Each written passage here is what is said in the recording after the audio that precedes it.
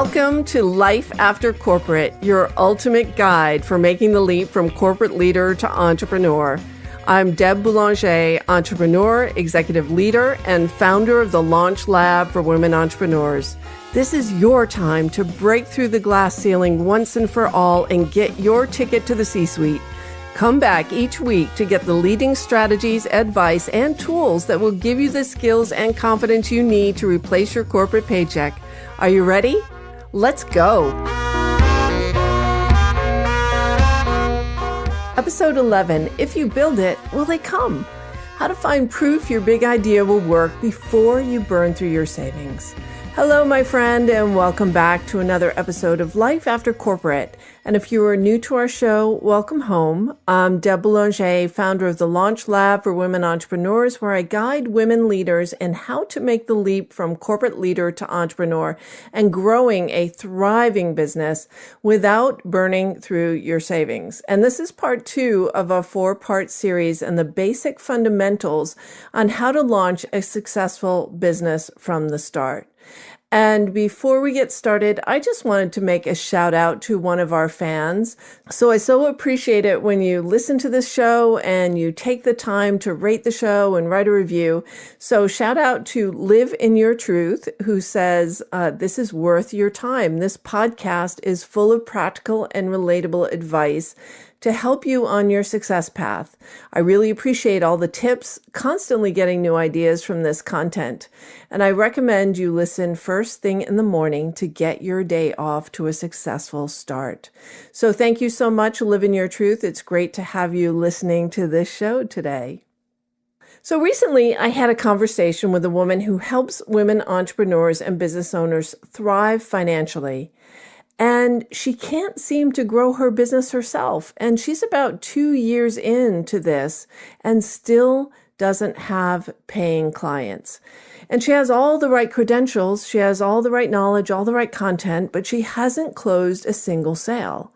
And she's tried building out marketing content, she's invested in speaker training, and although she's had some scattershot successes in landing a speaking gig here and there, it really hasn't led to anything else. She'd love to write a book and have a platform for getting speaking gigs, because that's what books are really great for, right? So you write a book and people read your book and then they invite you to speak. And when they invite you to speak, you can invite them to actually work with you.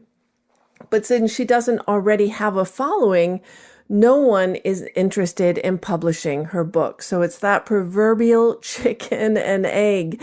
You can't get a book published because you don't have a following. And she feels she doesn't have a following because she doesn't have a book. And I wanted to share some kind of stark statistics with you about why it's true that most new businesses will fail. Because according to the latest information on small business failures, and this is from the U.S. Bureau of Labor Statistics, about 20% of small businesses fail within the first year, and 33% of businesses will fail within 2 years, and about 50% of small businesses fail within 5 years. And that's the statistic that we're most familiar with. But what you don't know, or we don't often hear, is that roughly 66% of small businesses fail within 10 years.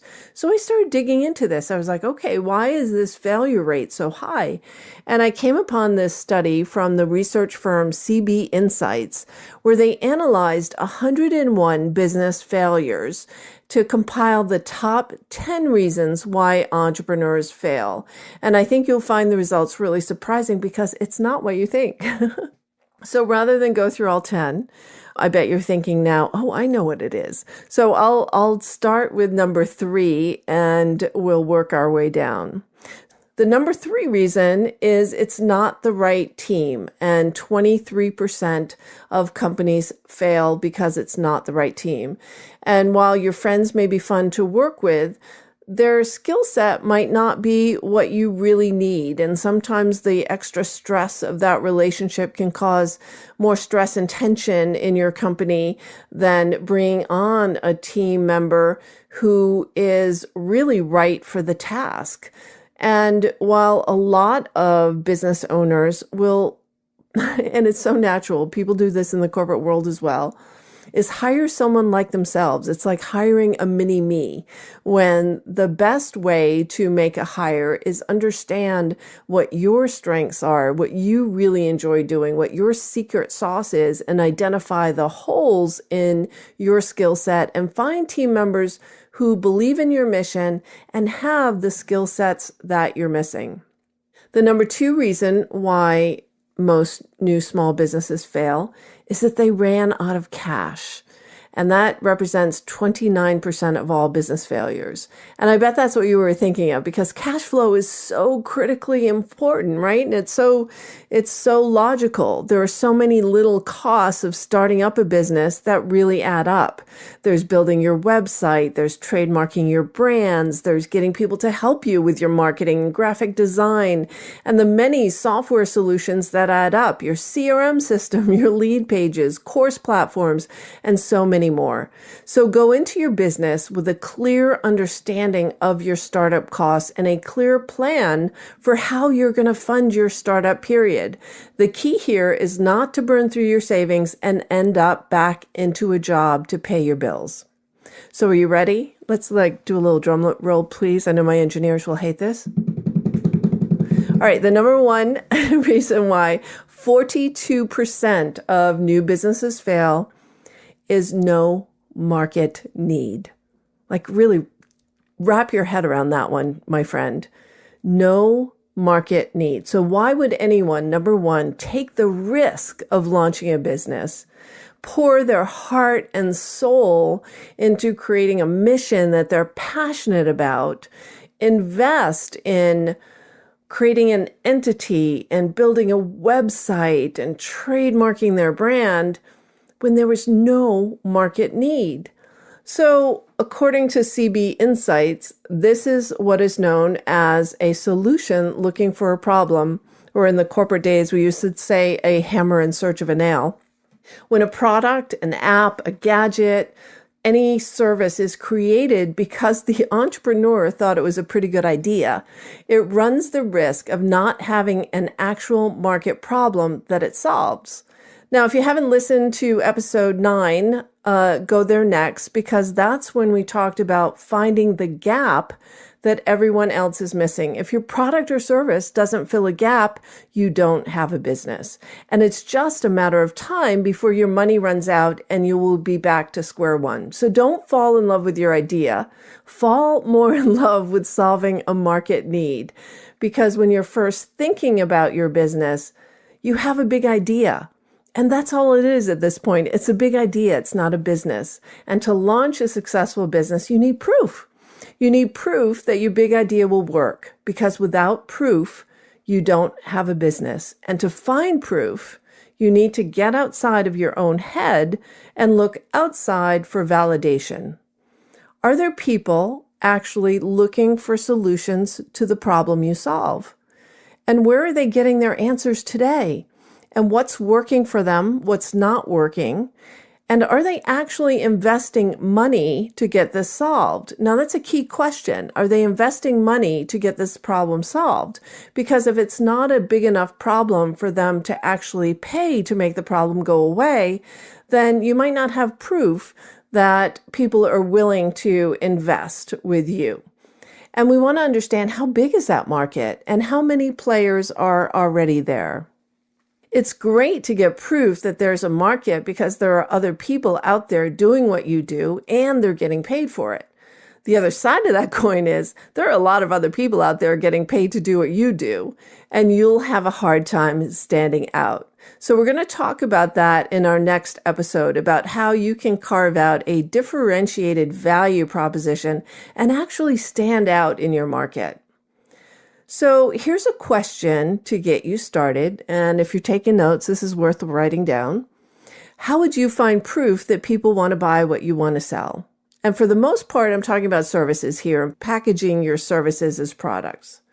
So would you like some help figuring that out?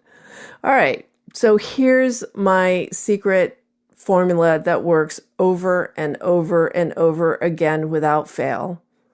Ask them. Have conversations with people you think are potential clients.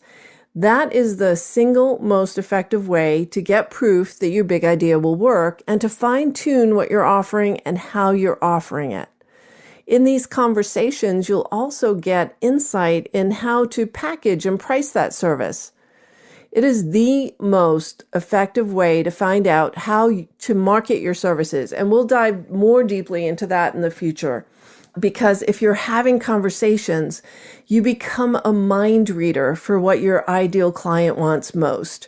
And when you are a mind reader for what they want most, your messages stick. Because most great marketers are great mind readers. So back to finding proof. And researching what your ideal clients want and need is the most effective way of finding proof. And this is a place where surveys are not very effective, mostly because what you want to do is connect with your ideal client and have interesting conversations, because it's the tangents that you go down that will become the secret sauce. You don't know what you don't know. And when someone comes up with an idea that makes you light up inside because you know that you have the skills and you can create something really cool around that idea, that's when you get clear on who an ideal client is and who's not, and how you can stand out in a crowded market. The biggest mistake I hear new coaches, consultants, and trainers make when I ask them, who's your ideal client? And the answer inevitably starts with anyone who ... right? So my radar goes off because, my friend, if you are selling your services to anyone, air quote, you are selling to no one. Not everyone who has this gap or has this problem in their life or in their business is going to be an ideal client. Ideal clients are the ones who are willing to invest with you to make that problem go away and get to where they want to be. And they need to get excited about you. They need to be excited about you. They need to trust you. And they need to get excited about the prospect of working with you and how you offer your services. So are you getting the breakdown here? Yes, anyone can launch a business. But because you can launch a business doesn't mean you'll make money at that business. So when I first launched the Launch Lab for women entrepreneurs, I saw that the market was flooded with marketing and branding coaches and many people who are selling their secret formula to 6 or 7 figures, right? You all know who they are.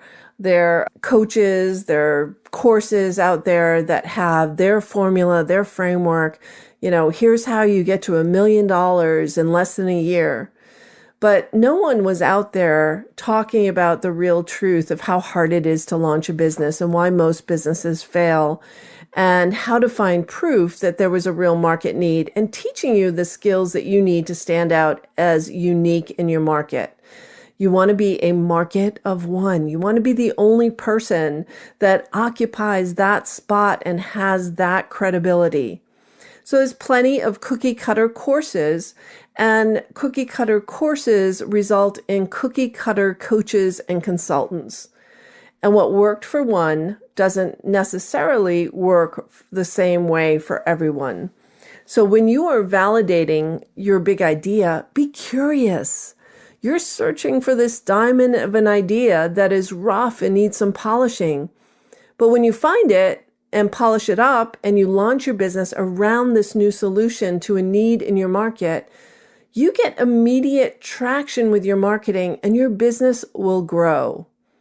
And then, my friend, that's where you have the peace of mind that you made the right choice and that you don't have to go back and find a job. And that's what we all want. That's what I want for you. That's what I want for everyone who's listening to this podcast today.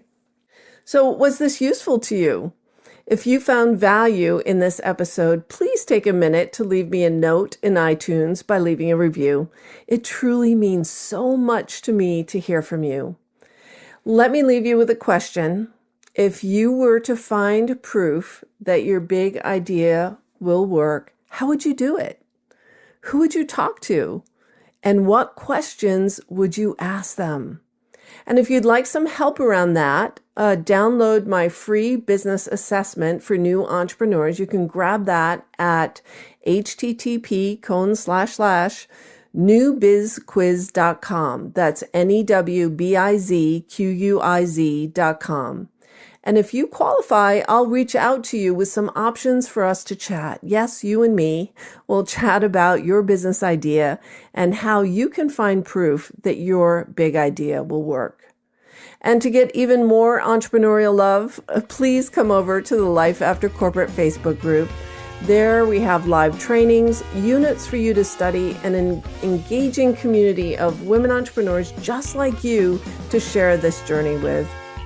That's it for now, my friend. Till next time. Thanks for listening, my friend. If you enjoyed this show, please head over to iTunes and subscribe and leave us a review. And be sure to hop over to the Life After Corporate Facebook group and join other growing entrepreneurs to get weekly tips on how to create more money and meaning doing work you love.